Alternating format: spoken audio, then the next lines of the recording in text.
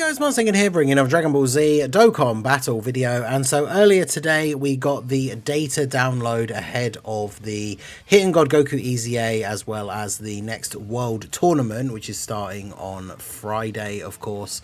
Goku Day, kicking off with everybody's favorite celebration. You love to see it. And there is no other like surprise EZA in the files or anything. Obviously we saw the Goku and Hit EZA yesterday, so I guess even though it's part of the Golden Week celebration as a whole and fits the theme, I guess the Goku and Hit is the EZA that we're getting for Goku Day, because there isn't going to be another data download before this.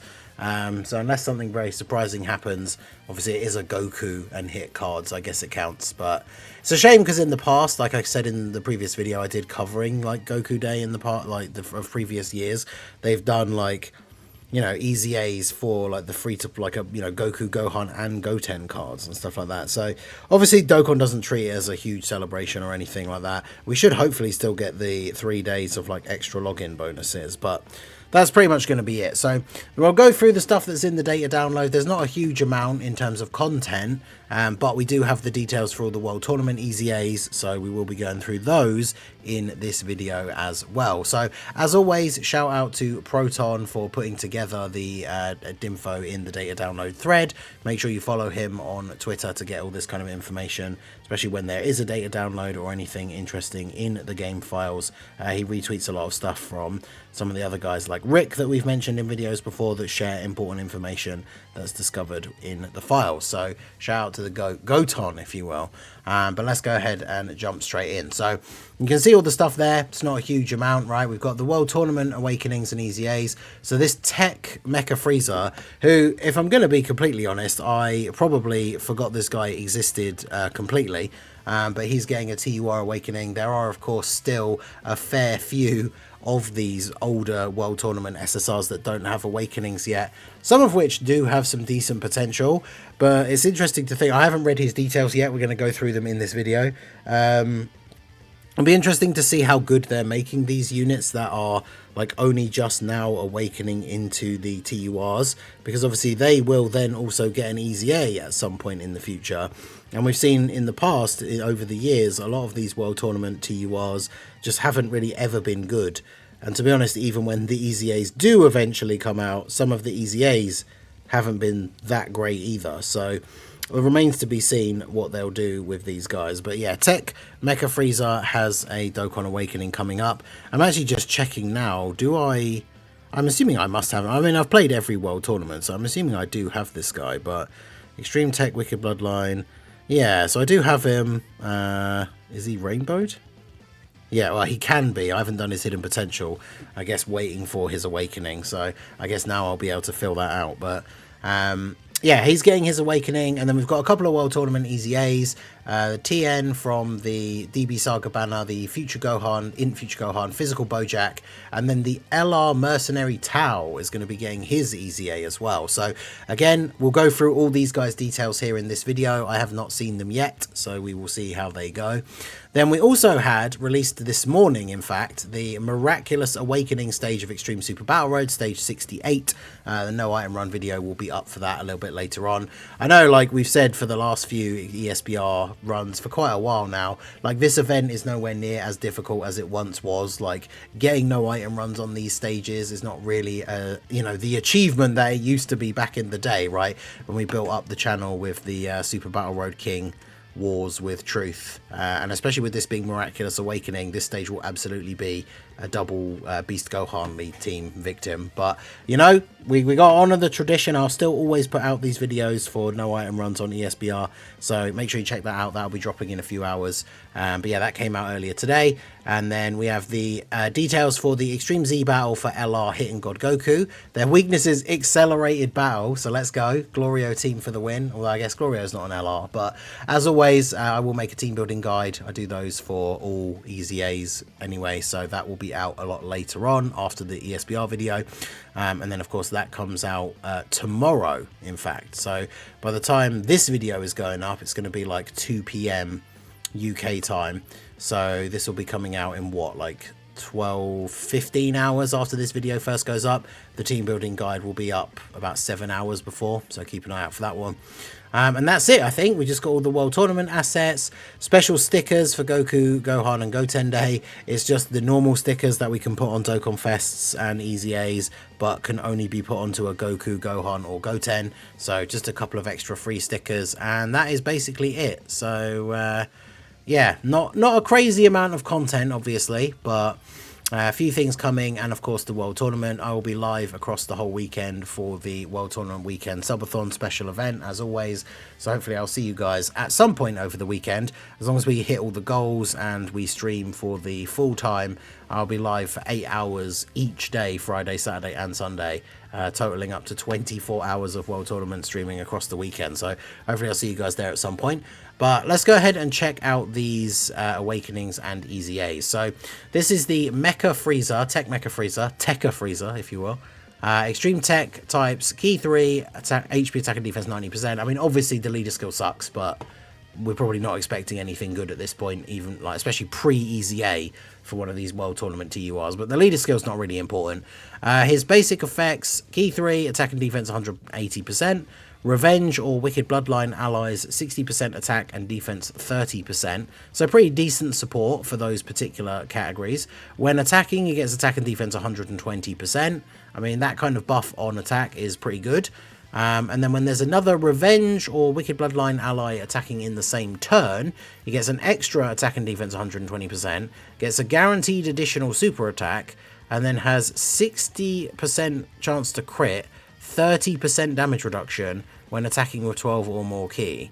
So actually, that seems pretty good. Like, for teams that have Revenge or Wicked Bloodline characters on, like this guy being a floating support, obviously the Wicked Bloodline is not really a meta team anymore. There's a few, like, I mean, I say a few, the only one that really comes to mind immediately is AGL Full Power Freezer, characters that are like usable. But Revenge, like Broly's team, a couple of characters that are on there, like some of the Brolys themselves, this guy has a floating support on those kind of teams. He's giving them a decent chunk of attack and a bit of defense, and then as long as he has one of them on the rotation with him, he's a floating support unit that has 30% damage reduction, the extra defense, and then he's getting 120% on super is pretty good. Obviously he's like a free-to-play card, and he's only a TUR, not an EZA, so his stats aren't going to be super high, but that could be quite interesting. Getting the additional super, does he have defense on super? That's the question. Greatly raise attack and raise defense for one turn, does supreme damage and lowers attack. Okay, so that's good, because obviously if he's getting the guaranteed additional super, he's raising defense again. Lowering attack, obviously in events where that is useful, then that will be good. And then yeah, he's on a few of these categories like Inhuman Deeds, Terrifying Conquerors, Successors. He's on Successors and Gifted Warriors, so it's funny he's on the full 220 lead for the AGL Gogeta from the anniversary, but he's also on Android/Cell Saga, which is kind of funny, I guess. I forget about that with Mecca Freezer. We really do need like a resurgence for Wicked Bloodline. We need like a really good like celebration like Dokkan Fest Freezer, EZAs for like LR, STR Cooler and stuff like that, right? And then I feel like this guy could have a place on those kind of teams as a support. So honestly, in terms of World Tournament units, he definitely doesn't seem terrible. He is free to play, like I say, so his stats won't be super high. But from what we've seen from a lot of the recent World Tournament EZAs and stuff, my bar for World Tournament units is always fairly low, right? So in comparison, this guy's actually somewhat decent, but we'll see how he is in-game. Obviously, I will test him out in a video. But then we have the first EZA, and this is the big one, right? The LR EZA for Mercenary Tao. So he's got a DB Saga leader skill, 4 key 150. Obviously the leader skill, again, never going to be anything great, especially in the new meta, right? We're not going to see these units getting like 200 or 220% leader skills, but he could be interesting on the teams. So let's see what he does. He gets an additional 2 key per key sphere obtained. For every key sphere obtained, he gets 56% attack and 48% defense. There's quite a lot of stats for a nuking style unit. For 3 or more key spheres obtained, he gets an extra 75% attack and 64% defense when attacking.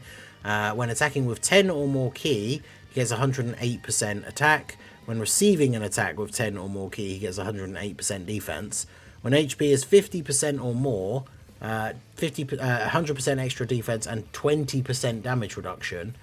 Before receiving 3 attacks in battle, he has an extra 20% damage reduction. That's interesting. So when he gets hit for the 3rd time, he loses that. But otherwise, like, if you can keep him from getting hit, then obviously he would have this up, which would be interesting. When HP is 50% or less at the start of the character's attacking turn, after he receives 3 or more attacks, he gets 50% damage reduction and randomly changes key spheres of a certain type to STR, but it's one time only. So once he's received the 3 attacks, he loses this extra 20% damage reduction. But then if you drop to 50% or less HP at the start of the turn, after he's received those 3 attacks, one time only he gets to 50%, which means he would have 70... No, because then that's not going to trigger either, is it? The 50% or more. So he's only going to have 50% on that one turn. I mean, it's interesting for him to have it, I guess, if he's on, like, low HP at the start of the turn, but... It's a one-time only 50%, and then he's not getting the extra 100% defense. He's getting a lot of buffs when he attacks, in terms of attack. This extra defense is when attacking as well, so he's definitely not a slot 1 unit. And then he has an active skill, which when activating the active skill, attack 440% temporarily and performs a critical hit. That's because his active skill is an attack, massively raises attack temporarily, does ultimate damage and stuns the enemy for 1 turn. Can be activated when HP is 50% or less.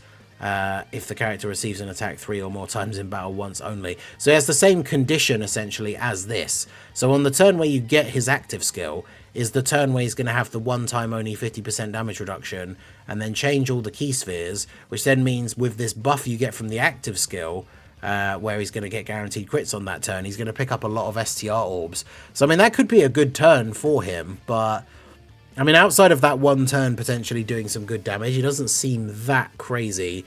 His 12 key greatly raises attack and defense in 1 turn, does colossal damage and a great chance to crit. And then his 18 key is greatly raises attack and defense in 1 turn, mega colossal damage and a great chance to crit. For 1 turn, I think it's the same wording as like the UI and Blue Evolution, right? So once he does the 18 key, if you then do any additional supers, they will be guaranteed crits because it stacks, right? So it goes from 70% to 140%. He's obviously not got great links and he's not on a ton of great teams. I mean, he is on Earthbred Fighters and Dragon Ball Seekers. So he's on Kid Goku from Saiyan Days, full 220 lead. But yeah, I mean, he could be interesting. We'll try him out. Obviously, when his LR originally came out, he wasn't considered like super crazy or anything. So I guess we'll see. Like the World Tournament LRs themselves, their EZAs have been relatively hit or miss, I would say. I know like Yamcha was pretty good on release in terms of attack stats, but didn't really age very well defensively. So like we're probably not really ever expecting these World Tournament LR EZAs to be, you know, like top 10 LRs in the game or anything. But he seems like he could be interesting. So of course we will do a showcase for him. Then we have the Int Future Gohan. So Int Future Gohan, the leader skill is just Super Int 120, is what it is. Passive skill, attack and defense 200%. When attacking with 12 or more key, 120% extra attack and defense. 120% is a pretty decent buff. When there's a Future Saga or Androids category enemy, key 2, attack and defense 120%, great chance to stun the enemy. I mean, that's good for when that is relevant, but realistically, in terms of the most difficult fights in the game at the moment, I mean, we've got, what, the Future Saga stage of the Goku or Vegeta story Red Zones, which aren't the final stages, but they are still pretty tough. And then Androids, I guess, like, what, the final toughest stage of the Battle Hardened Formidable Foes is the Gammas and Cell Max, so they're all Androids. Which, I mean, yeah, great chance to stun, helps in the first turn of those fights, I guess. When there's another Future Saga ally on the team, he gets another key 2, chance to crit and damage reduction 30%. Attack 120 with attacking when attacking with 12 or more key. So that's pretty good with a Future Saga ally, which you're probably going to run with him anyway, I guess, right? He's going to have 30% damage reduction. And then when there's an ally whose name includes Trunks on the team, key 2, crit chance and damage reduction 30%, defense 120 when attacking. Okay, so with a Trunks who is a Future Saga ally, which is going to be most of them, like, as long as they're not like Kid Trunks, right? He's going to have 60% damage reduction, 60% chance to crit, gets a pretty decent bit of attack and defense on Super. So, I mean, he could be okay. He's not going to be anything crazy, but 60% damage reduction is pretty good. Honestly, if he was a support, this kit would be good, right? If he was giving support to the team, as long as you've got a Trunks, right, and you're running him, you just throw him in slot 3, that could be pretty good. But because he's not giving any support, it's kind of like, what are you using him on the team for? because I can't imagine his attack stats are going to be super, super high.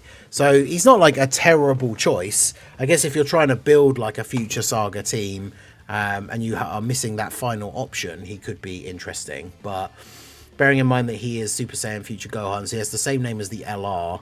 I mean, he looks like he could be interesting. His super attack greatly raises attack and raises defense for 1 turn. And does supreme damage to the enemy. It's greatly raise attack with a comma, right? So that means it's an infinite stack and then greatly raise defense for 1 turn. So maybe he can build up to decent attack stats. I don't know. But yeah, he seems okay. Like some of the World Tournament EZAs that we've seen recently have just seemed straight up bad. So he seems like he could be okay. And then we have the physical Bojack. This is one I've been quite looking forward to. Any extreme buffs are always welcome. This guy was fairly decent like on his original release. So he's got 3 key and attack and defense 170. The more HP remaining, the more attack you get, up to 200%. When attacking, he gets 100% attack and defense and disables the enemy's guard. And then per space traveling warrior category ally or extreme class ally on the team, attack and defense 40%, all allies performing chance to perform a crit 3%. Now, it's whichever has the most members, so this is actually really good. So if you run him on a full extreme class team, because bear in mind it doesn't say self-excluded for the actual allies, that means if you're running a full extreme team with an extreme friend, you have 7 extreme class allies on the team. So that means that part of his passive is actually giving him 280% attack and defense, which is pretty good because then he gets 100% when attacking. And obviously he's giving all allies 21% crit chance as well. So it's not bad. When all allies are space traveling warriors or extreme, he gets crit, guaranteed crits, guards, all allies 2 key and attack and defense 30% self-excluded. So the self-excluded part is a bit disappointing, but otherwise he actually seems like he could be pretty good. Like guaranteed crit and he has guard. He's going to have a fairly decent amount of defense after supering. And so his role is just to be an extreme class support unit, right? Greatly raise attack and defense for 1 turn, does supreme damage to the enemy, greatly lowers defense, raise extreme class allies defense by 30% for 2 turns. So yeah, as a floating support unit, not only is he giving this 30% to the allies on the turn, but then next turn he's giving 30% to that rotation that he isn't even on.